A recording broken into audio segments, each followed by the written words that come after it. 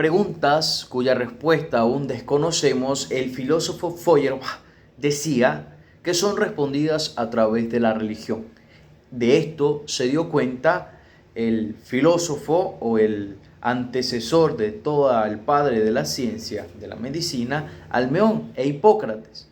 Se daban cuenta que muchas respuestas, muchas preguntas a situaciones, a lo mistérico, a los desconocidos, eran respondidos a través de la religión, hasta que ellos, a través de su descubrimiento, a través de su profundización en la ciencia, dijeron que no. Hay respuestas a muchas preguntas, muchas situaciones de lo desconocido a través de la psiquiatría, a través de la medicina, pero evidentemente estamos ante un mundo del nacimiento de las ciencias, por lo que estas disciplinas aún no eran conocidas o no habían sido desarrolladas. Mi nombre es Anderson Mendoza y voy a presentarles lo que es el desarrollo histórico de las neurociencias, el estudio del cerebro, el estudio del sistema nervioso central, el estudio de la médula espinal, el desarrollo embrionario, el desarrollo de las neuronas, del estudio de las neuronas. La primera pregunta que nos encontramos es precisamente ¿qué son las neurociencias? El primer interrogante, las neurociencias, también o conocida también como la neurociencia en singular, es la rama de la ciencia que se dedica al estudio del sistema nervioso, incluyendo la estructura, función y desarrollo del cerebro y la médula espinal.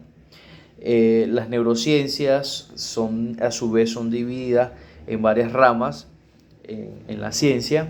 Entre ellas podemos encontrar las neurociencias cognitivas y podemos encontrar también lo que nos atañe en nuestro curso, la neuropsicología. La neuropsicología es la rama de la psicología que estudia la relación que existe entre el cerebro y la conducta del ser humano. ¿Qué tiene que ver la conducta, el comportamiento con el cerebro? Esto, como decía al inicio, se lo preguntaron en la antigua Grecia y entre ellos estaba Almeón de Crotono en el siglo V a.C. Él, a través de las disecciones que hizo, él encontró en los nervios ópticos el que el cerebro sea el lugar donde se alojan los pensamientos y las sensaciones. Ya esto lo venía vislumbrando desde su contexto, de su entorno. Sin embargo, Sócrates, Almeón atribuyó el lugar, el continente de los pensamientos y las sensaciones al cerebro, pero Aristóteles, algunos siglos posteriores a Almeón, contradijo todo lo que había dicho este pensador, porque aseguró que realmente el contenedor, el continente del pensamiento no era el corazón, no era el cerebro, sino el corazón, y que el cerebro, por el contrario, su función era otra, era la de enfriar la sangre porque este órgano se sobrecalentaba, el corazón se sobrecalentaba. Una acotación a nuestro presente, recordar, la palabra recordar, trayendo a la memoria, recordar es volver a pensar aquella cosa que hemos vivido en algún momento de nuestra vida. Eso decimos que es el recordar, es volver a pasar el pensamiento, una historia que hayamos vivido. Y precisamente, según este pensamiento de Aristóteles, recordar es volver a pasar por el corazón. De allí que la palabra hoy usada tenga que ver con esto que decía Aristóteles, pero que la neurociencia, con el paso de los años, en el paso de su descubrimiento, de sus estudios, ha dicho que no. El pensamiento se localiza en el cerebro, lo que es el pensamiento, la memoria, etc. La neuropsicología, como decía, es la disciplina que utiliza métodos de evaluación y tratamiento para identificar y tratar problemas cognitivos que tienen que ver con la cognición, las emociones, las conductas, eh, pero asociada sobre todo a lo que es lesiones cerebrales y enfermedades.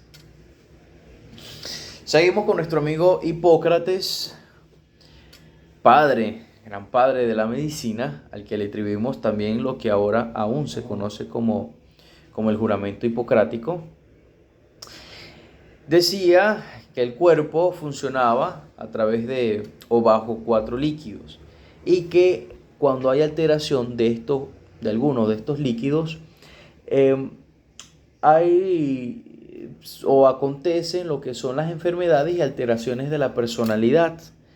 Ya Hipócrates hacía algunos estudios acerca de lo que es el cerebro y algunas conductas que, como lo dije al inicio, eran atribuidas a la religión, como por ejemplo las convulsiones, eran atribuidas a posesiones diabólicas, a la esquizofrenia. Todas estas enfermedades mentales eran atribuidas a la religión, a lo divino, a lo paranormal.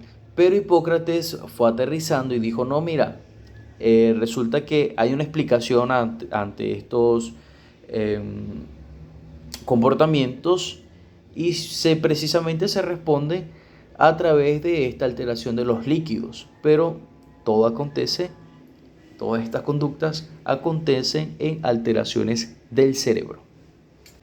Y luego vino Galeno en el siglo II después de Cristo y él hizo un análisis de las durezas del cerebelo y del cerebro y defendió que este último era el encargado de procesar las sensaciones y se ocupaba de la memoria. Años más tarde, tenemos lo que es la Edad Media, tenemos el surgimiento de algunas religiones como el cristianismo, como el Islam, que de alguna manera, estaba también el judaísmo, de alguna manera frenaba los estudios o los experimentos con el cuerpo humano, o incluso después de la muerte, porque ciertamente se tenía como algo muy sagrado y era inviolable el cuerpo humano, no se podía hacer alguna disección sobre él. Y no fue sino hasta años más tarde, a través de una reflexión filosófica, que Descartes, en el siglo XVII, comenzó a sostener, pensando ya en lo que había hablado Platón, la dicotomía cuerpo y alma. Descartes hace una separación, digamos, de esa manera, una dicotomía entre cuerpo y pensamiento, entre cuerpo y memoria. Él decía, esto lo llamaba una res cogitas, cosa pensante, y una res extensa, que es el cuerpo, una cosa, digamos, extendida, podríamos decir. Y concluyó que el cerebro era el gobernante de la conducta, es decir, la res cogitas, la cosa pensante. Y la explicación de cómo se une la res cogitas y la res extensa lo definió a través de la glándula pineal. Estaba la explicación de cómo se unía estas dos cosas. Pero no fue sino hasta el siglo XIX en el que comienzan a surgir especializaciones en la neurociencia. La primera teoría, clasificación que nos encontramos es el localizacionismo, a través de una publicación de Gall en el año 1808.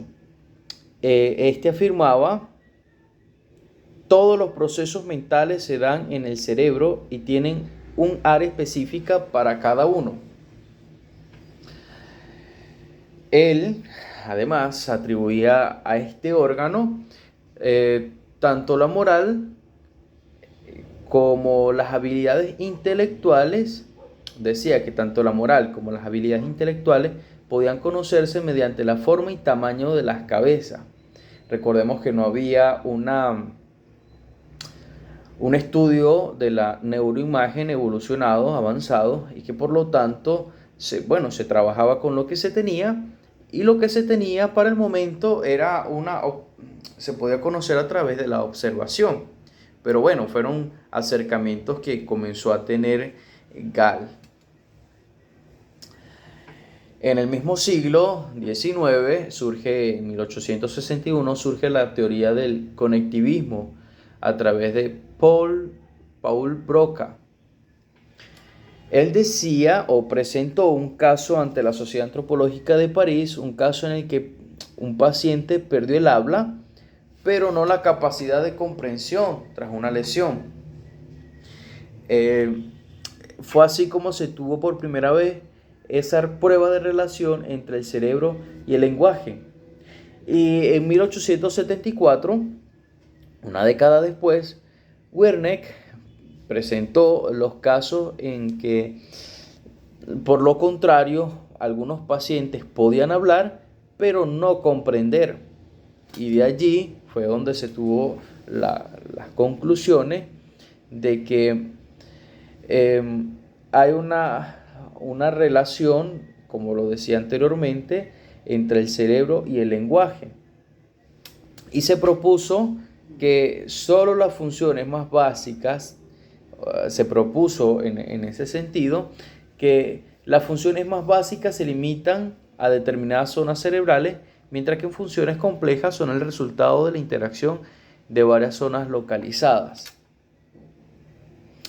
En el año 1885 se realizaron las primeras publicaciones sobre la memoria y los métodos de evaluación usados en la actualidad.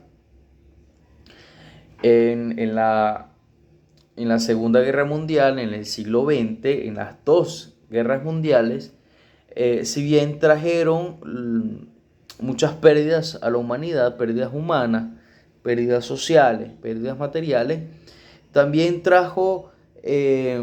quedaba muchas personas heridas que necesitaban de rehabilitación neurológico. Por eso es que en este periodo de las guerras mundiales se tuvo una evolución de las neurociencias.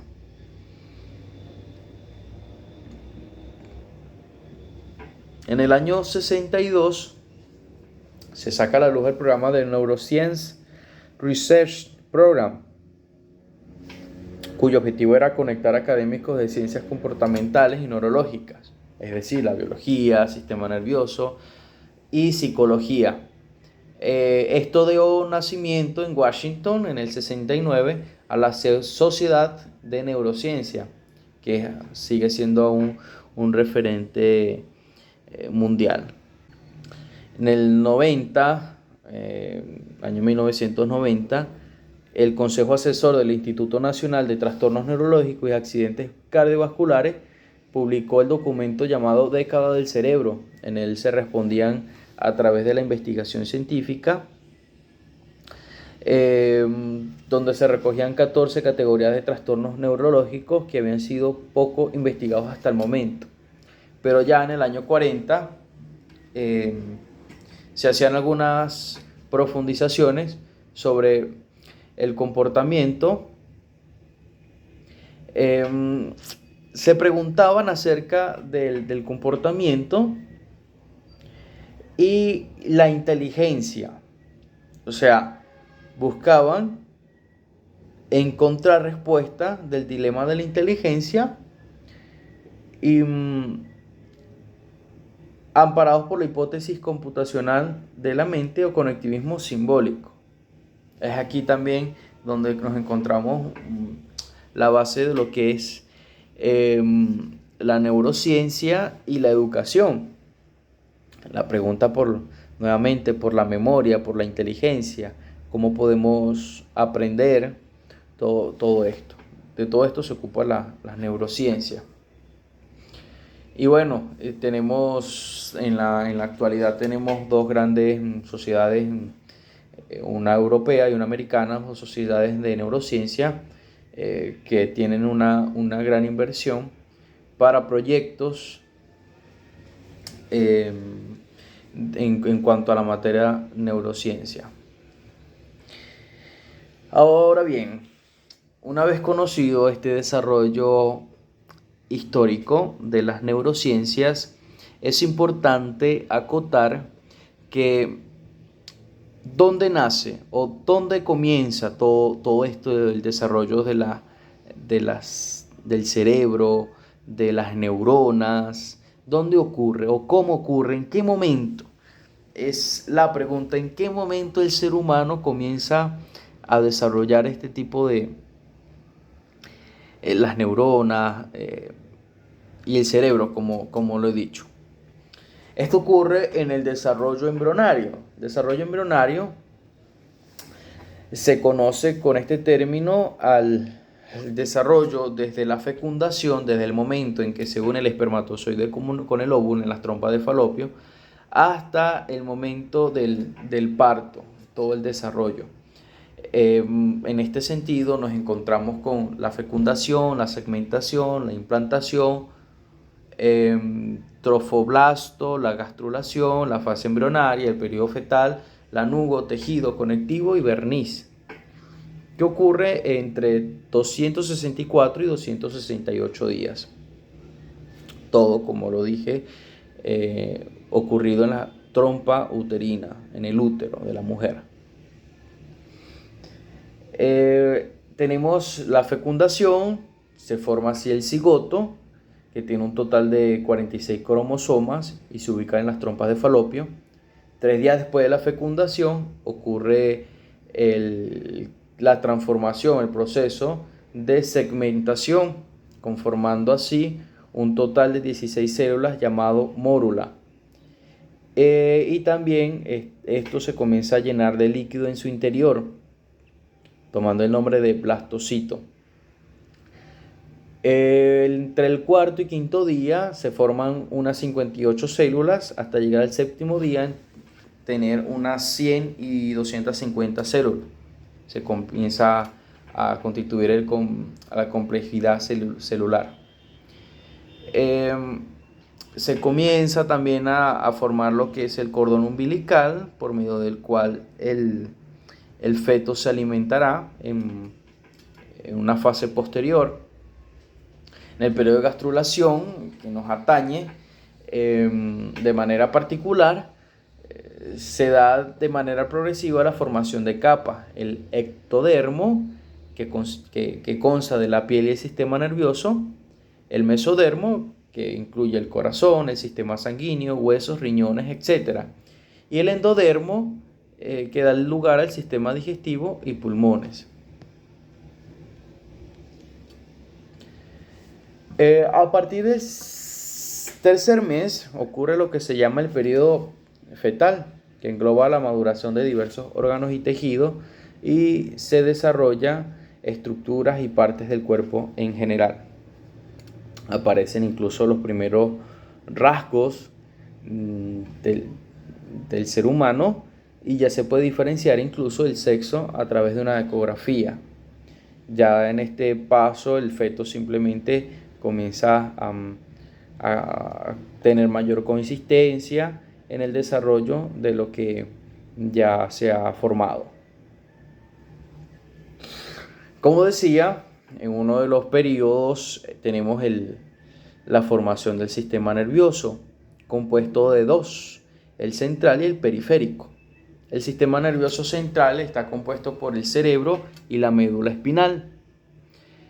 Por una parte, el cerebro está compuesto por 4 partes principales: telencéfalo, el diencéfalo, el cerebelo y el tronco encefálico.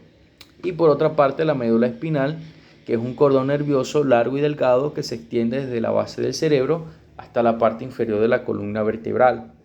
Este sistema se diferencia en áreas de distinta coloración. Tenemos lo que es la sustancia gris y la sustancia blanca. La sustancia gris contiene los cuerpos de las neuronas y células de la glía, y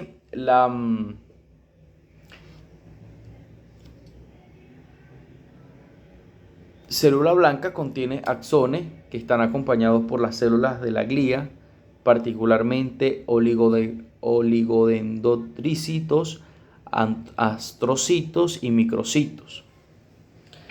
El cerebro tiene 6 capas de cuerpos neuronales alojados en la corteza cerebral que no están bien delimitadas.